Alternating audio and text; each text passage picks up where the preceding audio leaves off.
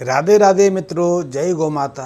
आपने कभी अनुमान लगाया है या सोचने का प्रयास किया है कि हमारे यहाँ श्रावण मास में जब मानसून का सीजन रहता है तब दही खाने का प्रतिबंध रहता है, या फिर इसी मौसम में जब जब सोमवार के दिन पड़ते हैं, शिव पूजा का दिन आता है, तो हम शिव का अभिषेक कच्चे दूध के माध्यम से करते हैं। वैसे शिव पर तो पूरे साल ही कच्चे दूध से अभिषेक किया जाता है। कभी आपने सोचने का प्रयास किया है? तो इसके पीछे एक गहरी वैज्ञानिक विचारधारा है। विचारधारा ये है कि श्रावण के मास में एक तो ये है कि जो घास फूस होती है, जो वनस्पतियाँ होती हैं, उन पर कई तरह के रोग कारण जीवाणु फलने फूलने लगते हैं, और इनको जब गाय या पशु सेवन करते हैं तो उनके शरीर पर उनका प्रभाव आ जाता है। दूसरा एक और कारण है, वो कारण भी जानने का प्रयास करें। उससे पहले आपसे मेरी रिक्वेस्ट है, आपसे अनुरोध है कि यदि अभी तक आपने मेरे चैनल को सब्सक्राइब नहीं किया हो तो मेरे चैनल को सब्सक्राइब भी कर लें, उसके बेल आइकन को प्रेस कर लें। और तीसरा, आपके जो संप्रचारक मित्र हैं उन तक भी मेरे वीडियो को शेयर कर दें, ताकि उनको भी जो थोड़ी बहुत जानकारी मैं देता हूं, जितना मेरे पास ज्ञान है, उनको वो जानकारी उपलब्ध हो सके और उनको कुछ लाभ मिल सके। वो बहुत महत्वपूर्ण है। उससे मेरा प्रयास भी सार्थक होगा और आपके मित्र को कुछ जानकारी मिल सकेगी। तो श्रावण मास के दौरान हम दही का, छाछ का प्रयोग नहीं करते, और श्रावण में, खास करके श्रावण में शिव का अभिषेक कच्चे दूध के माध्यम से किया जाता है। उसके बहुत सारे कारण हैं। पहला कारण तो यह है कि हम अपने खेतों को छाछ और दूध से संपन्न करना चाहते हैं, क्योंकि दूध में, छाछ में ऐसे गुण हैं। गोबर और गौमूत्र तो सहजता से खेतों को मिल जाता है, क्योंकि गाय जब चरने जाती है तो वो मलमूत्र का विसर्जन तो करती रहती है, लेकिन खेतों को, हमारी भूमि को दूध और छाछ का उपलब्धता नहीं हो पाती है, क्योंकि जब तक भूमि को गाय के पंचगव्य ना मिलें तब तक उसकी उर्वरता यथावत नहीं रहती। उसकी जो कमी है, क्योंकि जब फसल लेते हैं तो फसल की प्राप्ति में बहुत सारे पोषक तत्व घट जाते हैं, क्योंकि भूमि के पोषक तत्वों से ही तो हमारी फसल खुराक लेती है, अपना विकास करती है। उसी से तो हमारी फसल पूरी तरह से फलती फूलती है। तो उसकी कमी को पूरा करने के लिए एक प्रक्रिया बनाई गई है। किसानों ने गंभीरतापूर्वक ये अनुभव रखा गया है कि इस भूमि पर हम निर्भर हैं, उसको हम कुछ लौटा सकें। इसीलिए तो भूमि को, पृथ्वी को भी हमने माता कहा है। माता हमें जन्म देती है, लेकिन हमारा भी कर्तव्य हो जाता है उसके उस ऋण से उर्ण होने के लिए। तो हम प्रयास करते हैं, और प्रयास नहीं, हमने एक नियम बना लिया। वो हमारे परंपरा में अब एक नियम बन गया है, एक अटल सत्य नियम बन के सामने आ गया है।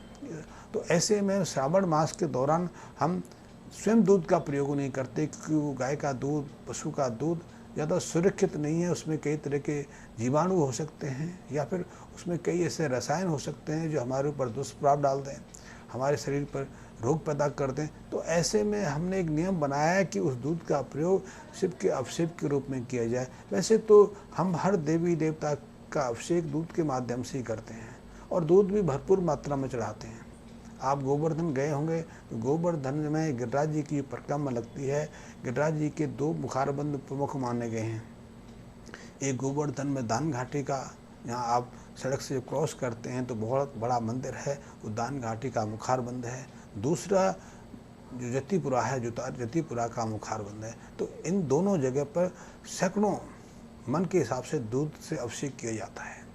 शायद आपने कभी अनुभव नहीं किया होगा, कई बार तो वहाँ 84 मन दूध से अभिषेक किया जाता है। वो दूध नाली में बह के आ जाता है।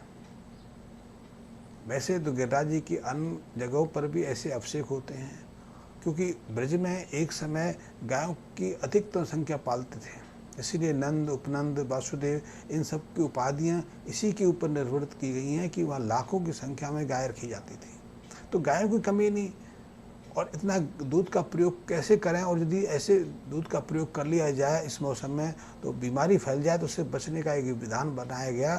तो श्रावण और श्रावण के बाद जो दूसरे महीने आगे आने वाले हैं, वहाँ गिरिराज जी का अभिषेक दूध के माध्यम से किया जाता है। तो सैकड़ों लोग, अभी तो 2-4 जगह लोग ही इतना दूध चढ़ा पाते हैं, पहले तो सैकड़ों लोग चढ़ाते थे।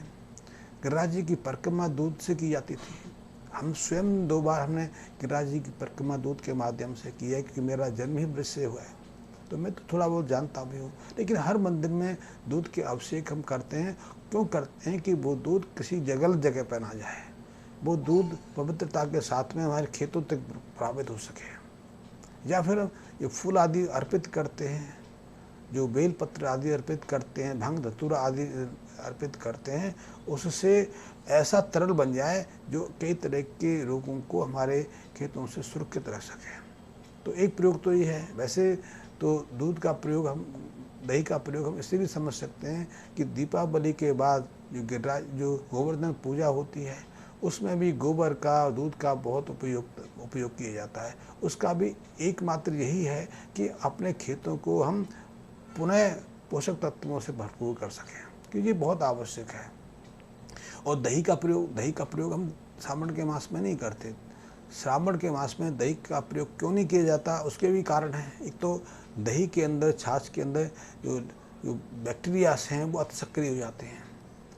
यदि अधिक समय तक रख दिए जाए तो उसमें विषाक्तता आ जाती है, उसमें टॉक्सिन्स पैदा हो जाते हैं, और ऐसे टॉक्सिन से बीमार हो सकते हैं, बीमार होते ही हैं। क्योंकि ऐसे मौसम में वैसे ही पेट संबंधी कई तरह की व्याधियाँ हो जाती हैं। आजकल तो हेपेटाइटिस का जो प्रकोप है वो भी इसी महीने के आसपास पानी के माध्यम से, खाद्य सामग्री के माध्यम से होता रहता है। मलेरिया का तो प्रकोप अब हमने भयानक बना लिया, अन्यथा हमारी प्राकृतिक अवस्था ऐसी थी। हम प्राकृतिक अवस्था में ऐसे रहते थे कि बहुत सारे जीवाणुओं को भक्षण करने वाले जीवाणु साथ में उपस्थित रहते थे। वायरस तो कभी सक्रिय नहीं होते थे, बस वायरस एक आध दिन के लिए सक्रिय होते थे, उसमें तो शांति भी हो जाते थे, फिर 1 साल 2 साल वो वायरल का फ्लू नहीं होता था। लेकिन अब तो हर साल फ्लू देखने पड़ रहा है, क्योंकि हमने ऐसी दवाएँ प्रयोग कर ली या ऐसे कीटनाशकों का छिड़काव अपने आसपास कर लिया कि ऐसे वायरसों से सुरक्षित पैदा करने वाले अपने जीवाणु नष्ट कर दिए। तो ऐसे में यदि हम इतनी सुरक्षा कर लें कि इस महीने में छाछ का प्रयोग ना करें, दही का प्रयोग ना करें, रात्रि को भी दही का निषेध माना गया है। कुछ जगह रात्रि में दही का सेवन नहीं किया जाता। इसका भी कारण यही है कि दही के अंदर एसिडिटी रहती है। तो रात्रि कुछ लोगों में जो लेट भोजन करते हैं, देरी से भोजन करते हैं, मीठे के साथ भोजन करते हैं, वहाँ दही का कुछ दुष्प्रभाव सामने आ जाता है। तो श्रावण के महीने में छाछ का प्रयोग नहीं करना चाहिए। छाछ का, दही का प्रयोग आप खेतों को कर सकते हैं। वैसे तो एक परंपरा हमारे यहाँ और भी रही है, गाय के पंचगव्यों का हम ही प्रयोग नहीं करते रहे, हम अपने पशुओं को भी कराते रहे। गाय को गर्भावस्था में हम अपने स्वयं गाय का घी भी सेवन कराते रहे, दलिया घी में बना के गाय को खिलाते रहे। हम अपने बैलों को, जो बैल हमारे खेतों में हमारे सहोदर के रूप में हमारी साथ निभाते हैं, हल चलाते हैं, भार वहन का कार्य करते हैं, उनको तंदुरुस्त बनाने के लिए, शक्तिवान बनाने के लिए भी हम उनको घी का प्रयोग कराते थे, घी सेवन कराते थे। हम तेल आदि की जो खली होती है वो तो प्रयोग कराते ही कराते हैं, लेकिन उसके अलावा भी शुद्ध देसी गाय का घी भी उनको सेवन कराते थे, ताकि उनकी शक्ति यथावत बनी रहे, वो ज़्यादा शक्तिवान बने रहें और अपने खेतों को पुनः पौरस्ता से भरपूर रखने में, उनकी जो उपजाऊपन है उसको यथावत रखने के लिए भी हम दूध का, छाछ का प्रयोग करते रहें। ये बहुत महत्वपूर्ण है।